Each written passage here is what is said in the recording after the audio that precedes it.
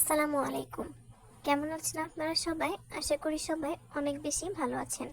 আজকে আমি আপনাদেরকে দেখাবো লাজনি ডাঁটা দিয়ে রুই মাছের মজাদার একটি রেসিপি।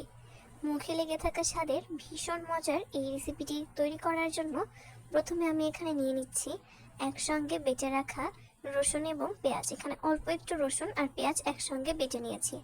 আর দিয়ে দিচ্ছি আদা বাটা। আর মাছে আমি আগে থেকেই দিয়ে দিয়েছিলাম হলুদের গুঁড়া, মরিচের গুঁড়া, লবণ। এখন দিয়ে দিচ্ছি লেবুর রস।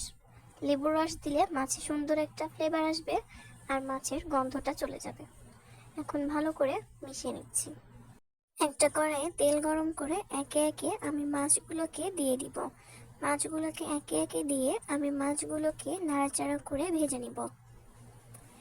এইভাবে ভেজে রান্না করলেই আজকের এই রেসিপি টেস্ট অনেক বেশি মজার হবে।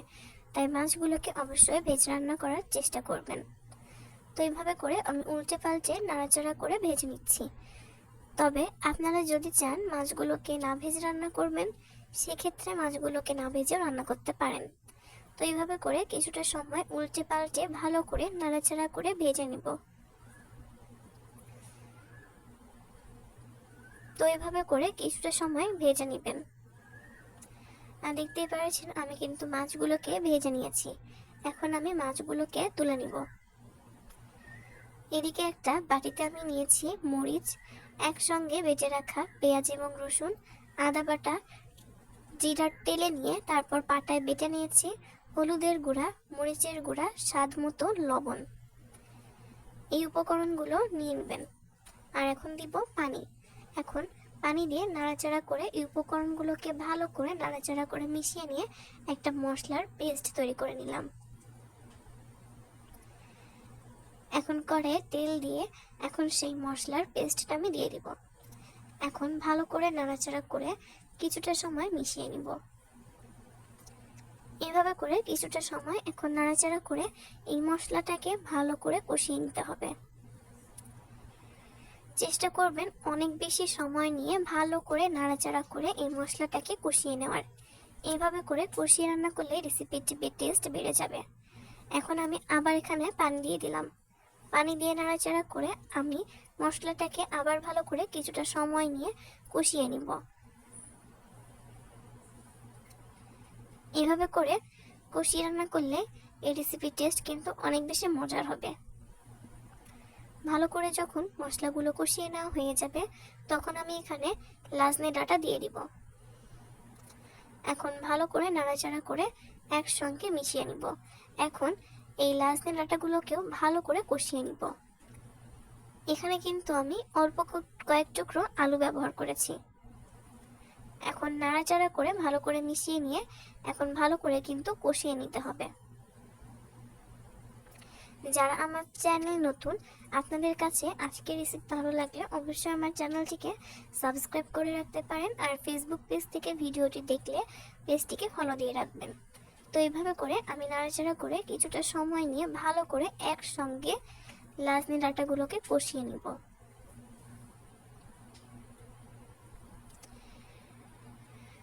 আর এই কষানোর কাজটা কিন্তু অনেক বেশি সময় নিয়ে করতে হয়। এতে করে এই মশলাটা কিন্তু এই লাজনি ডাঁটার ভিতরে চলে যাবে আর খেতে অনেক বেশি ভালো লাগবে।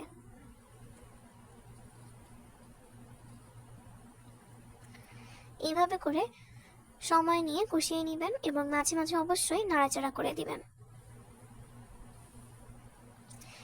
আর আজকের রেসিপিটা কিন্তু ভীষণ মজার হবে। এই রেসিপিটা সবাইকে ট্রাই করার অনুরোধ করছি। তো ভালো করে কষিয়ে নেওয়া হয়ে গেলে এখন আমি এখানে ঝোলের জন্য পানি দিয়ে দিব। ঝোলের পানি দিয়ে নাড়াচাড়া করে মিশিয়ে নিব। এখন ঢাকনা দিয়ে ঢেকে কিছুটা সময় রান্না করে নিচ্ছি। এভাবে করে 2 থেকে 3টা যখন একটু বলক উঠে আসবে সেই পর্যায়ে আগে থেকে ভেজে রাখা মাছগুলো দিয়ে দিব। মাছগুলো একে একে দিয়ে নাড়াচাড়া করে মিশিয়ে নিতে হবে।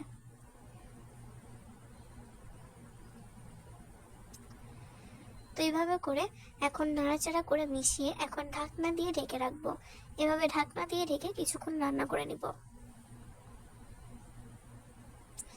এই রেসিপিটা কিন্তু ভীষণ মজার হয়, আপনারা একবার হলেও ট্রাই করবেন।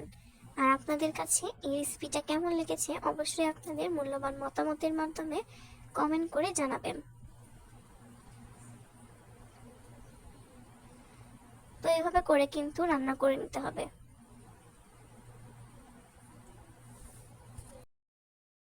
এই পর্যায়ে কিন্তু রান্নাটা প্রায় শেষের দিকে, আর কিছুক্ষণ রান্না করে নামিয়ে নিব। আর এই তো দেখতেই পারছেন তৈরি হয়ে গেছে ভীষণ মজাদার স্বাদের লাজনি ডাঁটা দিয়ে রুই মাছের এই দারুণ রেসিপিটি। আশা করব আপনাদের কাছে ভালো লেগেছে।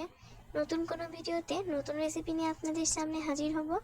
সেই পর্যন্ত সবাই ভালো থাকবেন, সুস্থ থাকবেন। সবার সুস্থতা কামনা করে আজকের মতো ভিডিওটি এখানেই শেষ করছি। ভিডিওটি যারা শুরু থেকে শেষ পর্যন্ত দেখেছেন তাদেরকে জানাই অসংখ্য ধন্যবাদ। সবাই ভালো থাকবেন, বিদায় জানাচ্ছি। আল্লাহ হাফেজ।